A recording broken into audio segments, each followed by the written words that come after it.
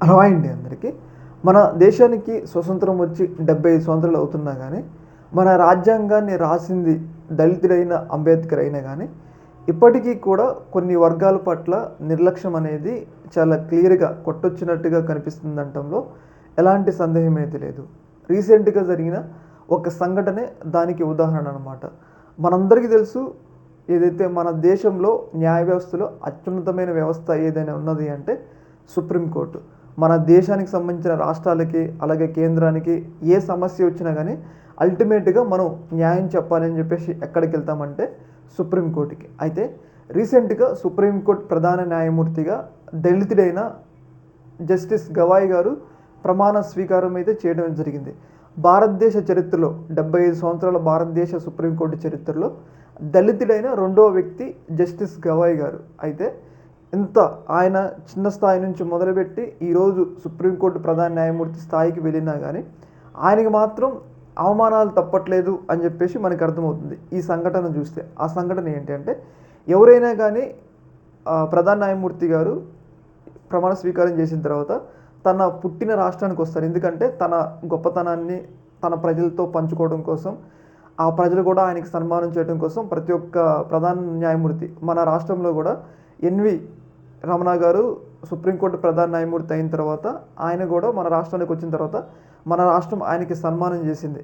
అంత సాక్షాత్తు అంత వ్యతిరేకంగా ఉన్న జగన్మోహన్ రెడ్డి గారు కూడా ఆయన సన్మాన కార్యక్రమంలో పాల్గొన్నారు.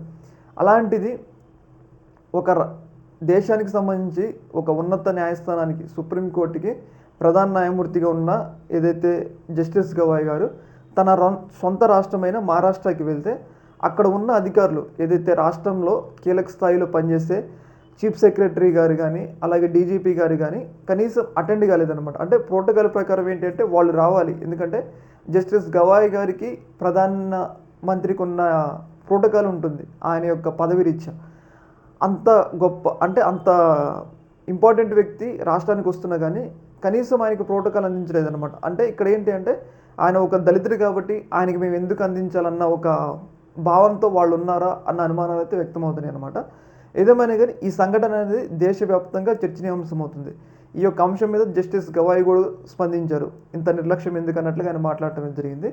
ఏదేమైనా కానీ మన దేశంలో చదువుకొని నిమ్న వర్గాలు పై స్థాయికి వెళ్ళినా కానీ వాళ్ళకి ఏదో ఒక రూపంలో ఇట్లా అంటరానితనం ఏమంటారో అది ఎదురవుతుంది అనటంలో ఎలాంటి సందేహం అయితే లేదనమాట.